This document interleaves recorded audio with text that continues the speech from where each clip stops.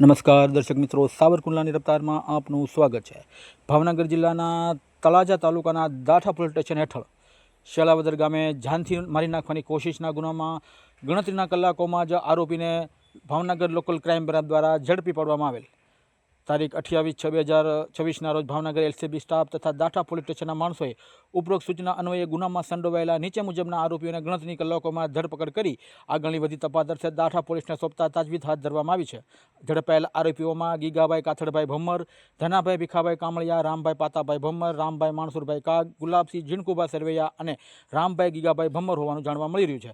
આ સમગ્ર કામગીરી પોલીસ ઇન્સ્પેક્ટર શ્રી મયુર ધવતસિંહ સરવૈયાના માર્ગદર્શન હેઠળ LCB PSI R A. Vadher, Shri V C Jadeja, P D Zala તથા દાઠા પોલીસ સ્ટેશનના પીએસઆઈ કેસી રેવર તથા એલસીબી સ્ટાફના દિલુભાઈ આહિર, અશોકભાઈ ડાભી, શૈલેષભાઈ રાઠોડ, અરવિંદભાઈ બારિયા, હરપાલસિંહ સરવૈયા, ધ્રુવદેવસિંહ ગોહિલ, વિજયભાઈ બારિયા, વિશ્વસિંહ ઝાલા તથા દાઠા પોલીસ સ્ટેશનના હેમરાજસિંહ ખેરડિયા, દિગ્વિજયસિંહ સરવૈયા, હિતેશભાઈ ભમ્મર અને બલદેવભાઈ જોશી દ્વારા આ સમગ્ર કામગીરી કરવામાં આવેલ છે। બ્યુરો રિપોર્ટ, સાવરકુંડલા રફતાર, 17 મેં તરસીહોર।